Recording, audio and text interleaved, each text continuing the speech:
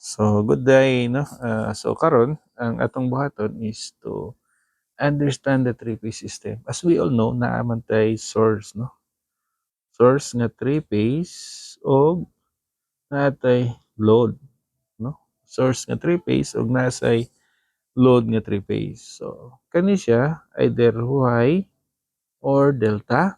Kani siya pwedeng Y or delta. Pero out of this, it can also be configured Y, then delta, and delta, then Y. Kung tanong nimo, pwede siyang Y ang source, Y ang load. Pwede sa delta ang source, delta ang load. Pwede sa Y ang source, delta ang load. Pwede sa delta ang source, Y ang load. Ano ba? No? So, kani ang ato ang studyhan. What is the relationship between Y delta and delta and Y, and delta delta. So let us consider first this one, no? Y. So let us have some Y. So, oops. Nga naman eh. Para may magawasan siya. So Y. This is a balance muna, no? Balance system. So Y, of course, you will have Y here, no? Y sa na siya dara. Para mo sakto atong drawing, ato lang siyang i-adjust. So, adjust na siya dara. So, kay Y man ang ato ang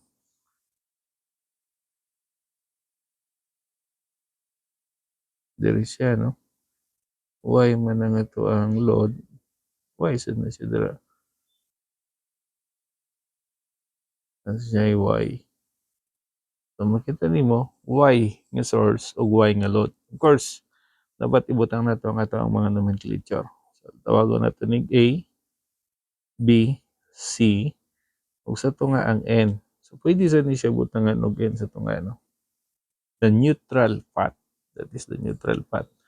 So, pwede sa ni siya B, small nga B, small nga A, small nga N, small nga C.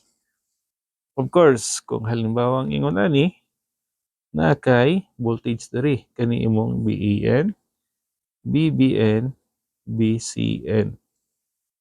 Kani ang imong load nga ZY balance, Y balance, Y balance. So inana na. Now, out of this, you can easily calculate the value of A. Kanitong AA, kani sa imong IBB. Kani sad ICC. Kani ang return path which is your IN.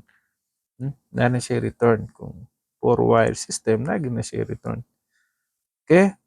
So, na siya. So, question is, pwede lang nino out of that, pwede na yung humuon na lang na to para dito maglibot. Tawagon na lang nato ning IB, kani IA, kani siya IC. No? Of course, IN still IN. Okay? Now lang na to para masabtan na to dali-dali ang atong nomenclature. So, the next thing to do is to determine what is IA. How to calculate IA? So, how to calculate the current IA? So, saan man na to? Base sa tuwang drawing, yun na naman, pwede ni na to i-reconfigure, no? Pwede ni siyang himuon na tong ana. So, this will be the N. This will be the A. Then, we also have this load here. Then, this will be the N. And A. So, kani ang ato ang I A. So, kani ang ato ang ZY. So, natay BAN diri. Plus, minus. Okay? So, by looking at this, we can easily calculate what is the value of IA. So, IA is basically, kay simple circuit naman na siya, mahimo na siyang BAN over ZY. Okay, dali na lang siya kayo, no? BANZY. Ano lang siya. Whatever the value, let us say na kay 1 angle 30 degree, then let it 10 plus J20 ohms. This is the volts.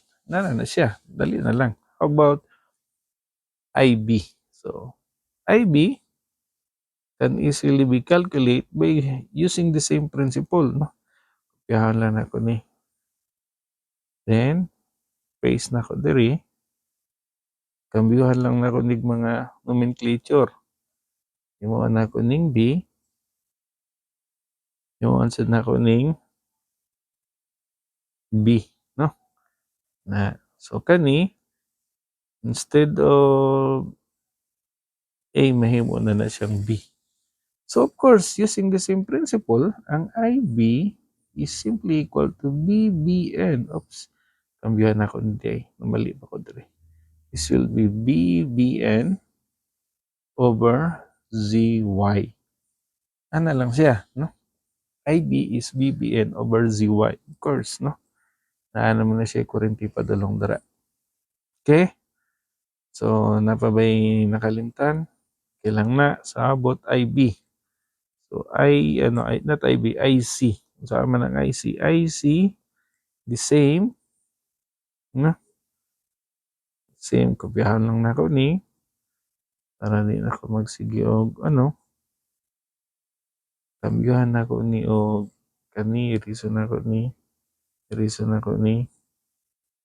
This will be C, CN, this will be big C. Then this one become IC. So IC is what?